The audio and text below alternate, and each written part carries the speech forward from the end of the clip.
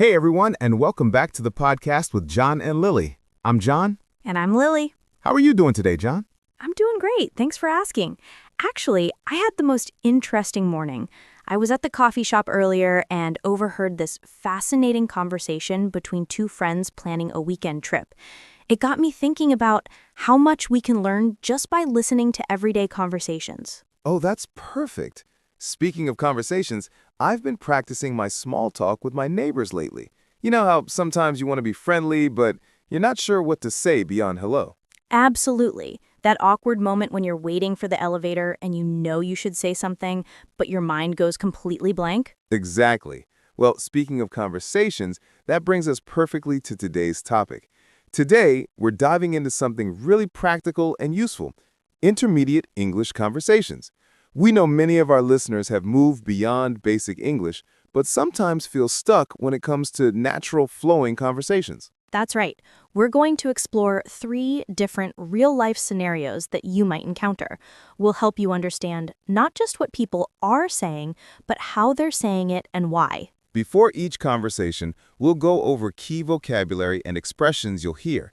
Then, after listening, we'll break down the language patterns, cultural context, and give you tips on how to use these phrases yourself. Our 3 conversations today cover situations you'll definitely encounter: making plans with friends, dealing with a customer service issue, and a workplace conflict. So, grab your notebook, get comfortable, and let's start building your confidence for real English conversations. Ready, Lily? Let's do this. First up, let's look at some vocabulary you'll need for our first conversation.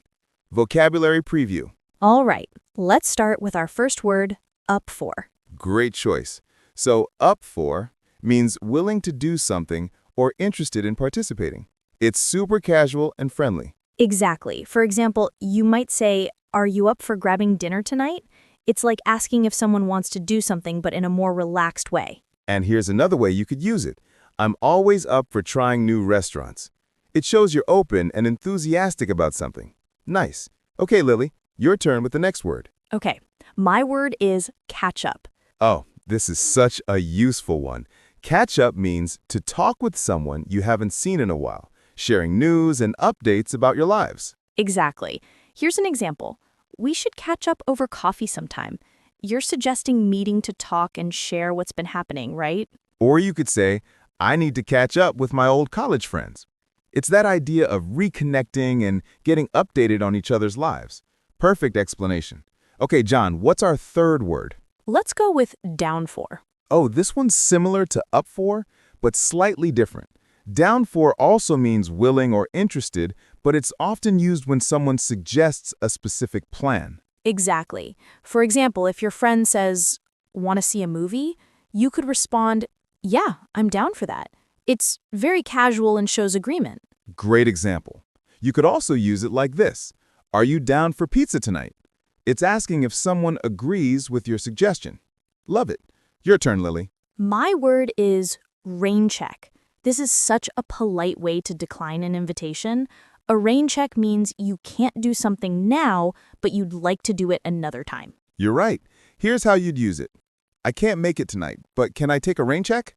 As you can see, you're being polite while suggesting doing it another time. Or you might say, "Sorry, I'll have to take a rain check on dinner. Something came up." It's a nice way to postpone without being rude. Great explanation. All right, John, what's our final vocabulary word? Let's finish with hang out. This is probably one of the most common phrases for spending casual time with friends. Hang out means to spend time together in a relaxed, informal way. Absolutely. For example, you might say, do you want to hang out this weekend? You're not planning anything specific, just casual time together. Exactly. Or you could say, "We just hung out at the park and talked." Perfect. So we've covered up for, catch up, down for, rain check, and hang out. These will definitely help you follow our first conversation. Great. Now let's listen to Sarah and Ben making weekend plans. Hey, Ben, how's your week going? Oh, hey, Sarah. It's been pretty busy, but good. You know how it is at the office. One meeting after another. I'm so ready for the weekend, though. What about you? How are things at your new place? Same here. I've been working late all week trying to finish this big project. My boss wants everything ready by Monday, so I've been stressed out. I really need to unwind and do something fun. And well, the new apartment is great though. Thanks for asking. I finally got all my furniture set up. That's awesome about the apartment. I still need to come see it. And yeah, work has been crazy for me too. My manager just assigned me 3 new clients, so I've been swamped. But hey, are you up for doing something this Saturday? I think we both deserve a break. Absolutely. I'm definitely up for hanging out. I've been looking forward to having some free time. What did you have in mind? Please tell me it doesn't involve anything too energetic. I'm exhausted. Don't worry, I'm not suggesting we go hiking or anything like that. Well, I was thinking we could check out that new farmers market downtown. I heard they have amazing food trucks and live music. My coworker Janet went last weekend and said it was really cool. Plus, it's pretty relaxed. That sounds awesome. I love farmers markets. There's something so nice about walking around, trying different foods, and listening to music. I'm totally down for that. What time does it start? And more importantly, do they have good coffee? I think it opens at 9 a.m., but honestly, I'm not much of a morning person on weekends. I need at least 2 cups of coffee before I can function properly. How about we meet around 11? That should give us both time to wake up properly. And yes, I'm pretty sure they have several coffee vendors. Perfect. That works for me. I am definitely not ready to see humans before 10 a.m. on a Saturday. Oh, and maybe we could grab lunch there and then catch up properly. I feel like we haven't talked in ages. Just quick texts here and there. There's so much going on in my life right now. Yes, I'd love to catch up. There's so much I want to tell you about my new job responsibilities, and I'm really curious about how you're settling into your neighborhood. Plus, I want to hear all about your trip to see your sister in Portland last month. You never told me how that went. Oh, right. That trip was incredible. My sister showed me around all these amazing local spots that tourists never see. And I tried this food truck that had the best tacos I've ever eaten in my life. I have so many photos to show you. This farmer's market will be perfect for catching up. That sounds amazing. I love discovering hidden gems in cities. Speaking of which, should we invite anyone else to join us? What about Jessica and Tom?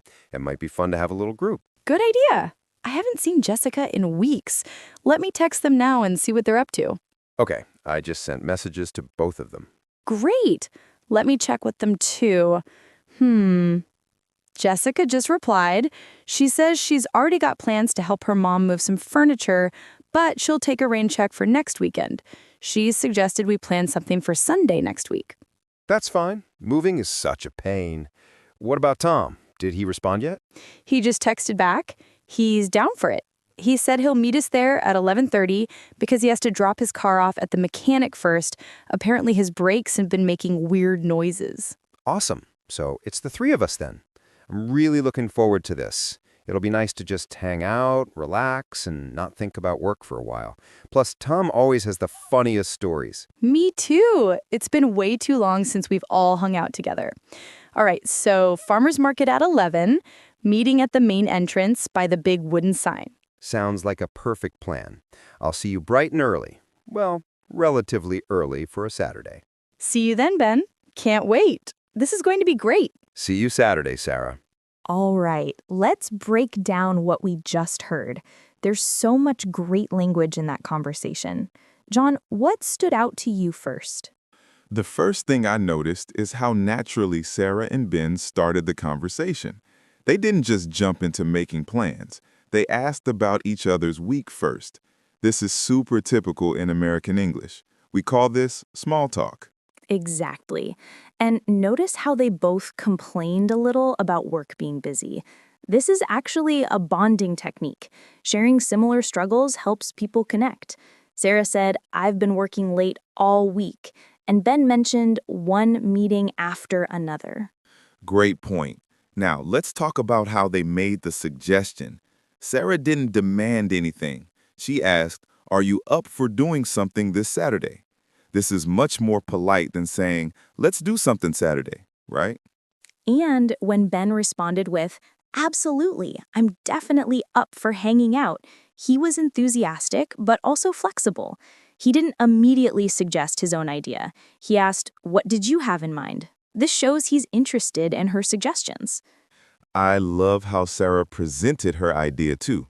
She said, I was thinking we could check out that new farmer's market. Starting with I was thinking makes it sound like a casual suggestion, not a firm plan. It leaves room for discussion. And Ben's response was perfect. He said, "That sounds awesome. I'm totally down for that." He used two positive expressions, "sounds awesome" and "totally down for," which shows genuine enthusiasm. This encourages the conversation to continue. Now, here's something really important for our listeners. Notice how they negotiated the time. Sarah admitted, I'm not much of a morning person on weekends. Being honest about your preferences is totally normal and helpful when making plans. Absolutely. And Ben agreed by sharing his own preference. I need at least 2 cups of coffee before I can function properly. They found a compromise at 11 a.m. that worked for both of them.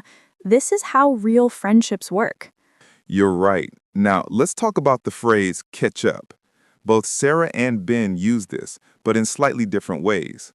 Ben said we could grab lunch there and then catch up properly, meaning they'd have a real conversation about their lives. Yes. And Sarah responded with, "I'd love to catch up. There's so much I want to tell you." She was specific about wanting to share news, which shows she values their friendship and wants to maintain that connection. Now, here's a cultural note. When they decided to invite others, they didn't just assume their friends would come. Ben texted to ask, and when Jessica couldn't make it, she offered to take a rain check for next weekend. That's such an important point. Taking a rain check isn't rejecting the friendship. It's postponing and suggesting an alternative. Jessica even suggested, "We plan something for Sunday next week." This keeps the social connection alive. And notice how they handled Tom's response. He said he was down for it, but needed to arrive slightly later because of his car situation. Good friends are flexible and understanding about these small changes. Absolutely. And the conversation ended with clear confirmation of the plan. They specified the time, the place, and even the meeting spot, main entrance by the big wooden sign. This prevents confusion later. For our listeners, the key takeaway is that making plans in English involves several steps. Small talk, suggesting an idea gently, being flexible about details, and confirming everything clearly at the end. And don't forget the emotional aspect. Throughout the conversation, both Sarah and Ben expressed excitement. "I'm really looking forward to this and can't wait." This positive energy makes people want to spend time with you. Perfect analysis. Now let's move on to our second conversation and learn some new vocabulary. Vocabulary preview. Our second conversation is about dealing with a customer service situation. Let's start with look into. Great choice. Look into means to investigate or examine something more carefully. It's very common in customer service situations. Right. For example, a representative might say, "I'll look into this issue for you right away." They're promising to investigate your problem. Perfect. You can also use it personally, like, I need to look into getting a better phone plan. It means you're going to research and investigate your options. Nice. Okay, John, what's our second word?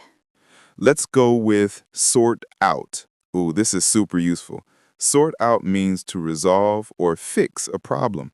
It's very common in British and American English when talking about solving issues. Right. Here's an example. "Don't worry, we'll sort this out for you today." The customer service person is promising to fix your problem. Exactly. Or you might say, I need to sort out this billing error before it gets worse. You're taking action to resolve the issue yourself. Great explanation. Your turn, Lily. My word is follow up. This one's really important in customer service. Follow up means to check on something again later or to take additional action after an initial contact. Exactly. For example, I'll follow up with you by email tomorrow with an update. They're promising to contact you again with more information. Exactly. Or you, as a customer, might say, "I'm following up on the complaint I made last week. You're checking on the progress of something you started earlier. Great examples. Okay, John, our fourth word. Let's talk about bear with me. Oh, this is such a polite phrase. Bear with me means please be patient while I do something. It's very courteous and professional. Exactly. Here's how you'd hear it. Could you bear with me for just a moment while I check your account? They're asking for your patience. Right, and it sounds much more polite than just saying wait. You could also say, bear with me. This might take a few minutes to load. Perfect. And our final vocabulary word, Lily? Let's finish with escalate. This is really important in customer service situations.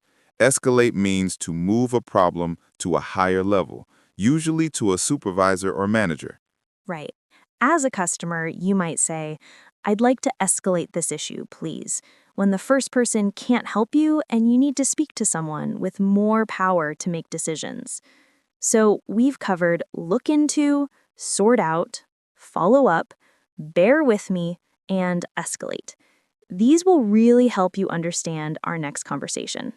Absolutely. Now, let's listen to Emma calling customer service about a problem with her internet bill. Thank you for calling Tech Connect customer service. This is David speaking. How can I help you today? Hi, David. I'm calling about my internet bill. I received my statement yesterday, and there are some charges on here that I don't understand. I'm really confused about what I'm being charged for. I'm sorry to hear you're having trouble with your bill, Emma. I'd be happy to look into this for you right away. Could you please provide me with your account number or the phone number associated with your account? Sure. My account number is 458-7392-1106. I've been a customer for about 3 years now, and I've never had billing issues like this before. Thank you for that information. Let me pull up your account. Okay, I can see your account here. Could you bear with me for just a moment while I review your recent billing activity? I want to make sure I understand exactly what charges you're questioning. Of course, take your time. I really appreciate your help. While you're looking, I should mention that I never signed up for any additional services recently, but there's a charge for something called Premium Support Package for $29.99. I see exactly what you're referring to. Let me look into this premium support package charge. It shows here that it was added to your account on March 15th. Do you recall making any changes to your service around that time? Or perhaps speaking with any of our representatives? March 15th? That's when I called because my internet was running really slowly. The person I spoke with said they could help improve my connection, but they never mentioned any additional charges. I definitely didn't agree to pay extra for anything. I understand your concern, and I apologize for this confusion. Let me dig deeper into the notes from that call. It looks like there might have been a miscommunication about what services were being offered. I can see that the representative did add this package, but there's no record of proper authorization from you. That's exactly what happened. The person was very helpful with fixing my internet speed, but I'm absolutely certain they never told me about any monthly charges. This is really frustrating because I trust your company, and now I feel like I was tricked. I completely understand your frustration, Emma, and I sincerely apologize for this experience. This definitely shouldn't have happened. What I'm going to do is remove this premium support package from your account immediately, and I'll also refund the charge back to your original payment method. Thank you so much. That's exactly what I was hoping for. How long will it take for the refund to show up, and will this premium support thing be completely removed going forward? The refund should appear on your statement within 3 to 5 business days. And yes, I've completely removed the premium support package from your account. You won't see any future charges for this service. Let me also add a note to your account about this situation in case you need to reference it later. That's great. But I'm still a bit worried this might happen again. Is there anything I can do to prevent unauthorized charges in the future? I just want to make sure my bill stays the same unless I specifically ask for changes. Absolutely. That's a very reasonable request. I'm going to add a special note to your account that requires supervisor approval for any service changes or additions. This means that if anyone tries to add services to your account in the future, it will need to be escalated to a manager who will confirm everything with you directly. Perfect. That gives me a lot more confidence. Is there anything else I should know about my account or any other steps I need to take? Everything looks good now, Emma? Your regular monthly charge will remain at $49.99 for your standard internet package. I'm also going to follow up with you via email within 24 hours to confirm that the refund has been processed and to provide you with a summary of today's conversation. Thank you. Incredibly helpful, David. I really appreciate how quickly you were able to sort this out. It's nice to know that when there's a problem, your customer service team actually cares about fixing it properly. Thank you so much for those kind words, Emma. It's customers like you who make my job rewarding. Is there anything else I can help you with today? Or do you have any other questions about your account? No, I think that covers everything. Thanks again for your excellent service. I feel much better about this whole situation now. Wonderful. Thank you for being a loyal Tech Connect customer, Emma. Have a great rest of your day. And don't hesitate to call us if you need anything else in the future. Thank you, David. You too. Goodbye. Goodbye, Emma. And thank you for calling Tech Connect. Wow, that was a really well-handled customer service call. There's so much we can learn from both Emma and David in that conversation. Lily, what impressed you most about how David handled the situation? I loved how David started with a professional but warm greeting. He said, "This is David speaking. How can I help you today?" Notice he used his name. This creates a personal connection right from the beginning. It makes customers feel like they're talking to a real person, not just a company. Absolutely. And when Emma explained her problem, David immediately acknowledged her frustration. He said, "I'm sorry to hear you're having trouble," before jumping into solutions. This validation is so important. It shows he's listening and cares about her experience. Great point. Now let's talk about the phrase look into. David used it perfectly when he said, "I'd be happy to look into this for you right away." This sounds much more professional than just saying, "I'll check," or "I'll see what I can do." Exactly. And notice how he used bear with me. Could you bear with me for just a moment while I review your recent billing activity? This is so much more polite than saying hold on or wait. It acknowledges that he's asking for her time and patience. I also loved how David explained what he was doing as he worked. He said, "Let me pull up your account," and "let me dig deeper into the notes." This transparency helps customers feel involved in the process, rather than just waiting in silence. That's such a good observation. Now, let's look at how Emma presented her problem. She was clear and specific. She mentioned the exact charge, the amount, $29.99, and when it appeared. Being specific like this helps customer service representatives help you faster, right? And Emma stayed calm and polite throughout, even though she was frustrated. She said, "I really appreciate your help, and this is really frustrating because I trust your company." She expressed her feelings without being rude or aggressive. Now, here's something really important. Notice how David took ownership of the problem. He didn't blame other departments or make excuses. Instead, he said, "I sincerely apologize for this experience, and this definitely shouldn't have happened." And when he offered a solution, he was very clear about what he would do. He said, "I'm going to remove this premium support package, and I'll also refund the charge." He used specific action words that showed he was taking concrete steps. I love how Emma asked follow-up questions too. She wanted to know, how long will it take for the refund? And is there anything I can do to prevent this in the future? These are smart questions that prevent future problems. And David's response was brilliant. Instead of just saying it won't happen again, he offered a specific solution, adding a note that requires supervisor approval for changes. This gave Emma real confidence that her account was protected. Let's talk about the phrase escalate. David mentioned it when explaining the new protection. It will need to be escalated to a manager. This shows Emma that future changes will go to someone with more authority, which adds an extra layer of security. I also notice how David used follow-up at the end. I'm going to follow up with you via email within 24 hours. This isn't just solving the immediate problem, it's ensuring the customer knows the solution worked and feels taken care of. And Emma's response at the end was perfect. She said, "You've been incredibly helpful, and I really appreciate how quickly you were able to sort this out."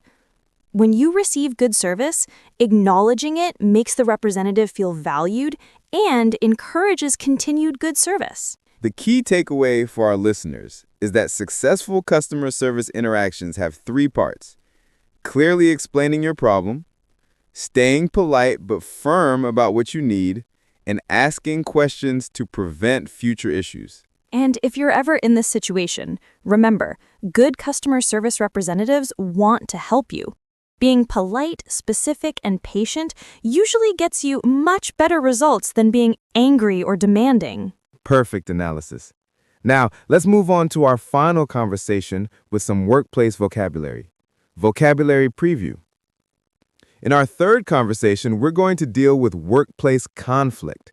Let's begin with our first expression, speak up. Speak up means to express your opinion or concerns, especially when something is bothering you or when something feels unfair. For example, if something at work is bothering you, it's important to speak up before it gets worse.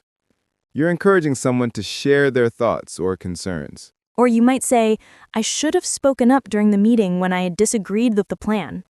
It means you regret not expressing your opinion earlier. Next up, let's go with back down. That's a powerful one. Back down means to stop insisting on something, especially after realizing you might be wrong or to avoid further conflict. Right. Here's an example. After a long argument, he finally backed down and agreed to the compromise. That means he stopped resisting. Or, "I won't back down just because someone disagrees with me." That shows someone is standing their ground. Okay, now let's look at get along. Classic workplace phrase. Get along means to have a good, friendly relationship with someone. Yes, for example, it's important to get along with your coworkers to create a healthy work environment. Or, even though we have different opinions, we still get along just fine. That means the relationship stays friendly despite differences. And word number 4 is blow up. Oh, this is a strong one. In this context, blow up means to suddenly become very angry or to have an explosive argument. Exactly. Like, he blew up when he found out about the mistake on the report. That means he lost his temper.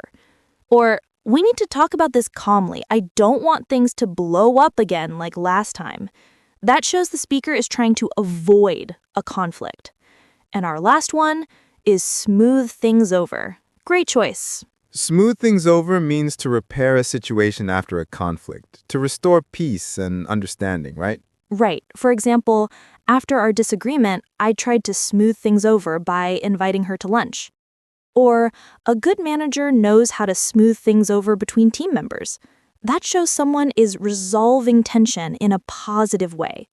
Now that we've learned these 5 important expressions, speak up, back down, get along, blow up, and smooth things over, we're ready to dive into our next scenario. In conversation 3, we'll hear a tense moment between 2 coworkers who've had a disagreement about a project deadline.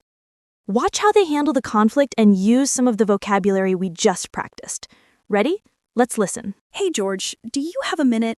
Sure. What's up? I just wanted to talk about what happened in the meeting this morning.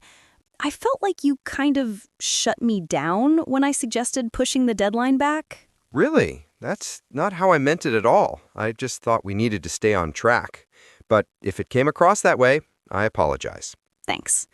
I'm not trying to start anything. I just think we should be able to speak up in meetings without worrying about getting cut off. You're right. And honestly, I've been under a lot of pressure lately with the Anderson project. I probably came off harsher than I meant to. Yeah, I get that. We're all dealing with a lot. I'm just concerned that we might miss the quality mark if we rush things. Fair point. Maybe we can find a way to meet in the middle, like adjusting the internal timeline without changing the client's delivery date? that might work. I didn't want to blow up in front of everyone, but I really felt like my input was being ignored. I completely understand, and I'm glad you brought this up instead of letting it build up. It's always better to smooth things over early. Agreed. I was honestly nervous about bringing it up, but I didn't want any tension between us. Yeah, me too. We usually get along pretty well, and I'd hate for this to mess that up. Same here. That's why I figured we should clear the air. Communication is important, especially with a tight team like ours. Absolutely.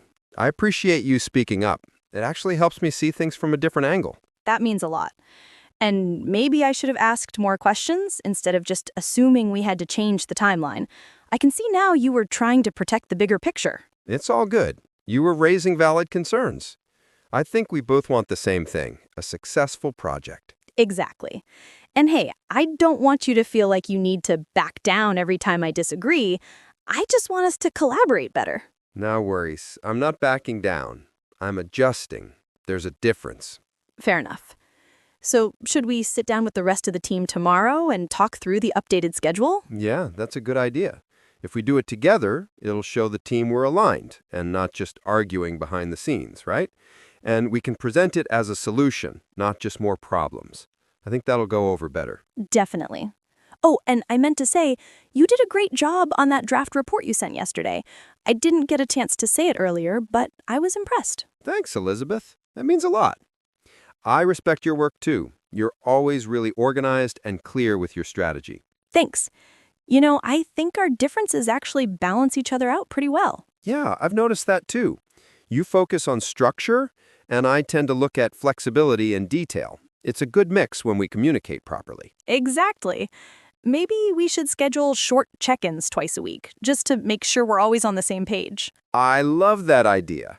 That way small issues won't grow into bigger ones. Agreed. We'll keep things smooth from now on. Sounds like a plan. Thanks for taking the time to talk, Elizabeth. Anytime, George. I'm really glad we talked. Things feel a lot clearer now. Same here. Have a good rest of the day. You too. That was a really honest and mature conversation. I love how Elizabeth and George handled that conflict. Don't you, John? Absolutely, Lily. Right from the beginning, Elizabeth opened the conversation calmly and clearly. She didn't accuse. She said, I just wanted to talk about what happened.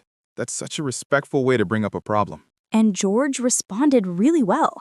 Instead of getting defensive, he said, if it came across that way, I apologize. That's a great way to take responsibility without making excuses. Yes, and did you notice how they both used some of the phrases we introduced earlier? For example, George said, I'm glad you brought this up instead of letting it build up. That shows he appreciates direct communication, right? And then Elizabeth said, I figured we should clear the air. That's a perfect example of handling tension before it gets worse. Another great moment was when George said, we usually get along pretty well, and I'd hate for this to mess that up. That shows he values the relationship more than the disagreement. Exactly. And when they talked about the project timeline, they didn't just argue. They looked for a way to meet in the middle. That's collaboration at its best. And let's not forget how they used compliments to rebuild trust. George said, I was impressed with your draft report. And Elizabeth responded with a compliment too. That's how you turn conflict into connection. I also loved when George said, I'm not backing down, I'm adjusting. There's a difference. That shows strength and flexibility at the same time. Such a good point. And in the end, they agreed to check in regularly, which is a smart move to prevent future problems. That's what real teamwork looks like. So, to all our listeners, next time you face a conflict at work, remember to stay calm, use clear language, and focus on solving the problem, not winning the argument. Exactly. And be like Elizabeth and George. Listen, adjust, and communicate with respect. Thanks so much for joining us on the podcast with John and Lily. We hope today's episode gave you some real-life tools for handling conflict at work with confidence and class. If you learned something new or just enjoyed the conversation, don't forget to like, subscribe, and hit the bell so you never miss a new episode. And if you want to practice these expressions, check the description below. We've got bonus activities, vocabulary lists, and more. Also, leave us a comment. Have you ever had to clear the air with a coworker? How did it go? We'd love to hear your story. That's it for today. Keep practicing, keep growing, and remember, every conversation is a chance to connect. See you in the next episode of the podcast with John and Lily. Bye for now.